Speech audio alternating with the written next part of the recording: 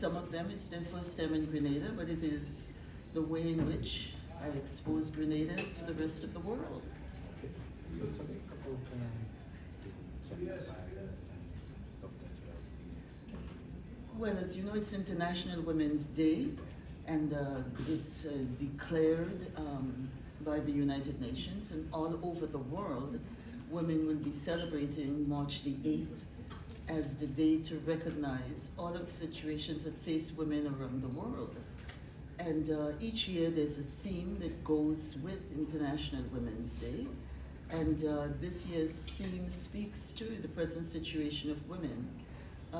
Over the many, many years, we've been collecting all kinds of data and evidence and research on the situation of women.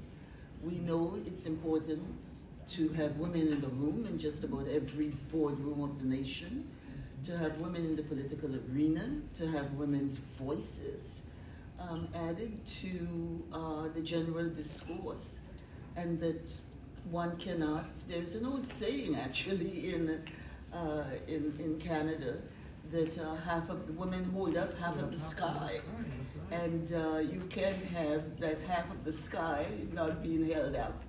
So women's participation is crucial and important.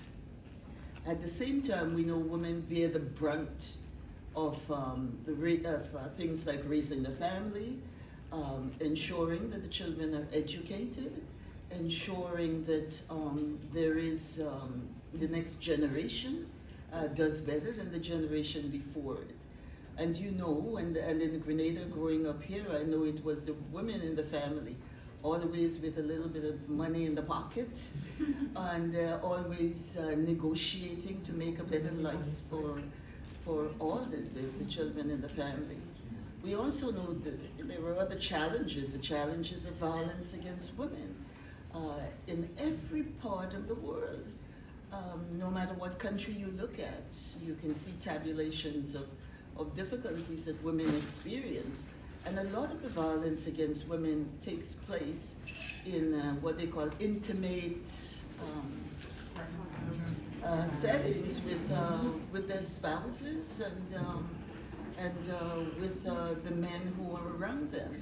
And so we, all over the world, we're gathering and garnering information that list the different situations that women face, and also look at what could be done to remedy the situation. But it starts at the home, and it starts with the family. I'm not too sure what's happening in Grenada right now, but when I was growing up, there was girls' work and there was boys' work. In the early days, there were girls' line to get into the school and boys' line.